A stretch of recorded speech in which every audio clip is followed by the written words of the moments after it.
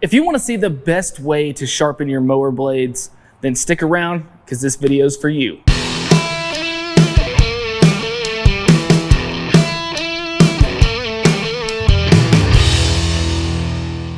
What's up guys? This is Brent with Western Equipment. So let's go ahead and get right on into it, talking about sharpening our mower blades. First thing, always the best thing to do here, we're talking about removing metal from these blades. So go ahead and throw those gloves on.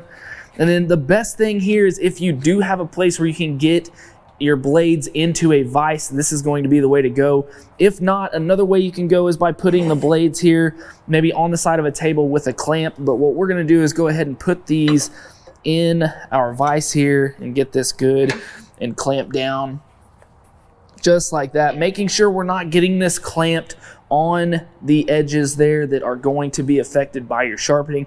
And then the next thing we're going to do is not grab a angle grinder. Now, I know that this is a very, very popular way to sharpen your blades. It's quick, it's easy. You can get it done, get your mower blades slapped back on, but with an angle grinder, you are going to possibly damage your blades whenever you're doing this.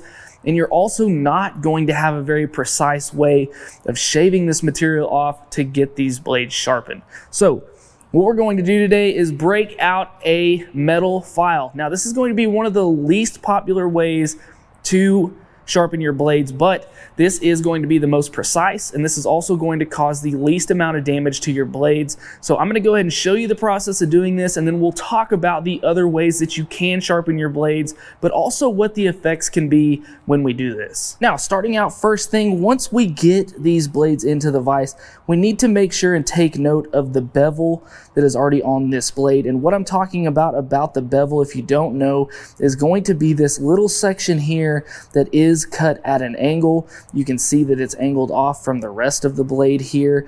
This is your cutting surface. So this is what we're going to be sharpening. If you're brand new to this, this is what we're looking at. Now, very important is making sure that whenever we do start to file this down, is that we are keeping our file at the same angle that our bevel is right here on this blade.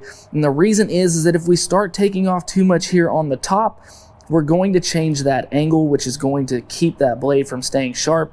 And if we start taking off too much from the bottom, you're going to make this blade more brittle. So we want to make sure that we are keeping that same angle. So whenever we go and we have our file here, now the way that I'm going to start doing this is by actually coming around.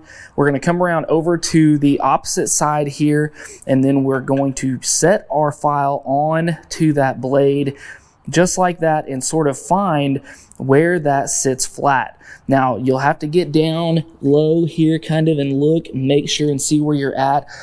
And then we're going to take the flat side of our file, and what we're going to do is we're going to just make a couple of passes pushing. We're not going to be going back and forth. We're just going to start on one end and push, and you're going to start to see these scrape marks here. So we're just going to continue doing that, making sure that we are covering that whole angle. And as you do this, you're going to start to see that material coming off. You just want to make sure that whenever you're doing that, if you are not scraping off that full edge there, that full bevel, that you are adjusting your angle.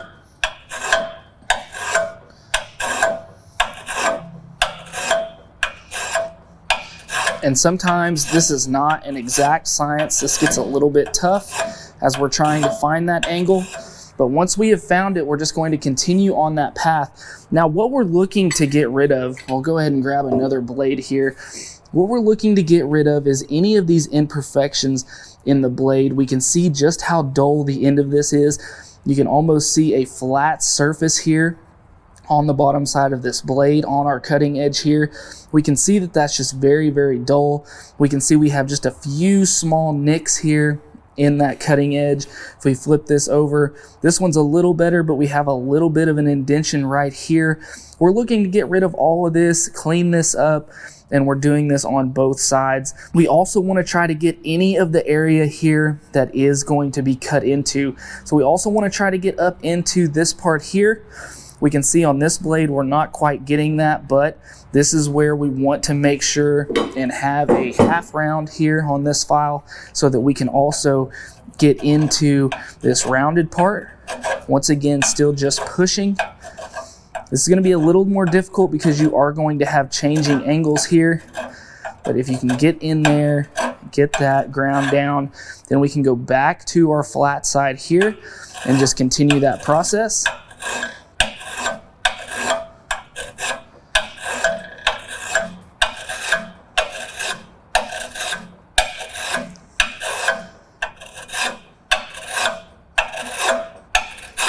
Now, once you've made a few paths here, you can see that you are getting that full angle here on that blade, and that's exactly what we want. We want this cutting edge to be making sure that we are taking off material consistently across the whole cutting surface, which is what we're doing here. Now, if you notice that you still have this darker part of this blade more up here on the top side or more on the bottom side, this is where we need to go in and adjust our angle here, making sure that we are getting that nice and smooth and taking off that material consistently across the blade. Now, once you've gotten that ground down, you've stayed on that angle, you've gotten all of those imperfections taken out of that blade, and you have a semi-solid edge, the thing that you need to realize is that with these blades, with how fast they're turning, we're not looking for a razor sharp edge here on our actual cutting surface.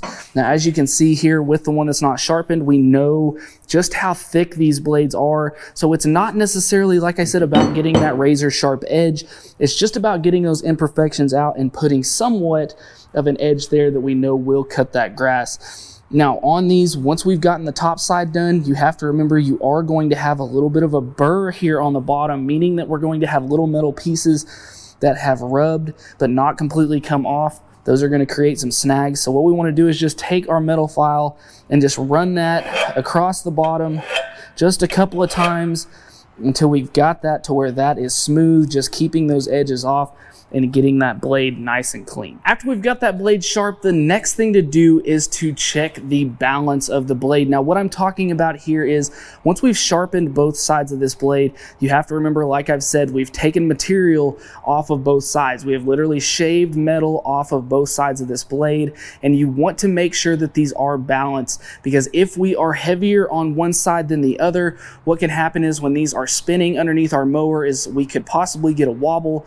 This can be hard on your spindles, this can be hard on your pulleys, your belt, just your overall mower in general. So we want to make sure that these are nice and balanced. Now, the easiest way to do this is if you do have either a nail that you can drive into a wooden block, or for instance here I've got a peg here on my pegboard, is we want to go ahead and take this blade, set that onto that peg or into that wood, let that rest, and see if that blade starts to dip on one side or the other. Here, as we can see, this is sitting really level. We don't have much dip, it's not moving. If anything, this side here is dipping just a little bit, but not enough to make a huge difference. Now, here's gonna be an example. Here is one where I have sharpened one side of this blade and the other side I have not. And so I've taken material off of one side, but not the other. And if I set this up here, we can see here when this is sitting that this side that I have not sharpened is dipped just a little more than the side that I've sharpened. So that is obviously an indication that this blade is unlevel, but that is going to be true since I have not sharpened this other side. Now, where this really comes into play is where you have sharpened both sides. We want to make sure and get those as even as possible. So whenever you go to put this on that peg, or if you have a blade balancer, they make some that are a little cone that sits on a stand that you can set this down on, and that blade will either pivot one way or the other on which side it's either heavier on or lighter on.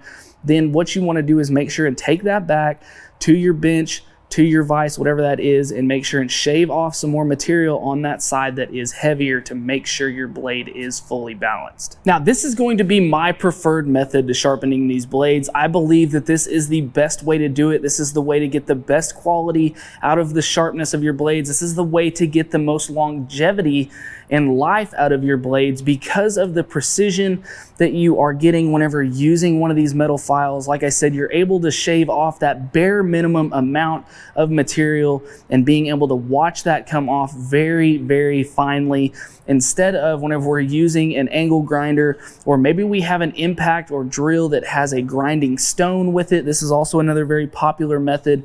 These are still okay. There are going to be tons of you out there that say, shoot, I'm not taking the time to grab that metal file and file those blades down. And that's totally fine. That is perfectly okay. Most people do go with one of these faster methods because it's all about time. Time equals money. We're ready to get those blades back on, get back out there and get to mowing. But if you are that person that wants to spend that extra time and get the most life out of your blades, the metal file is definitely the way to do it. Now, the only problem whenever we're looking at one of these other two options, let's start with the angle grinder, and this is a big one, is that whenever we're using that grinder, we have a very high speed spinning wheel here against metal. So we obviously are going to get that friction that is going up against this metal from that grinding disc. So what that friction causes is an excess amount of heat.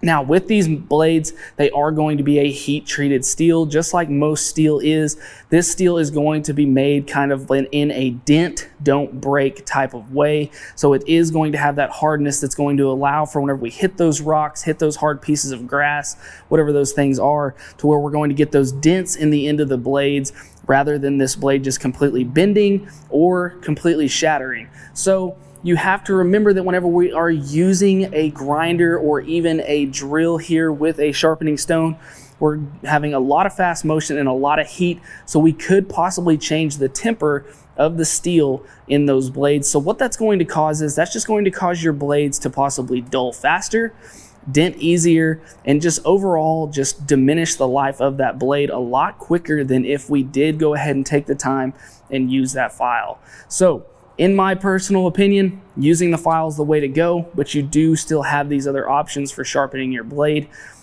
Like I said, use whichever one at your discretion. Just making sure and keeping our blade sharp is crucial to the functionality of our mower and for the life of our lawn. So just make sure whichever way we're going, we are taking care of those blades. So guys, I hope this video helped you out. I hope you liked this video. If you did, we just ask you to hit that like button and subscribe to the channel. Also guys, if you're looking for any John Deere parts at all, maybe some of these mower blades, make sure to go check us out at 247parts.com. And as always guys, thanks for watching. We'll see you next time. These are gonna be ridiculous, but this is for the thumbnail shot.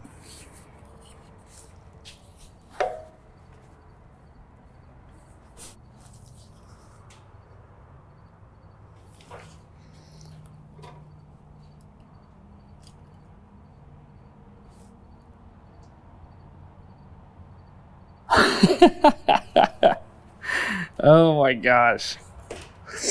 Let's see what we got. Hey guys, make sure to check out this cool video and this one. Buy your parts right up here and subscribe right here.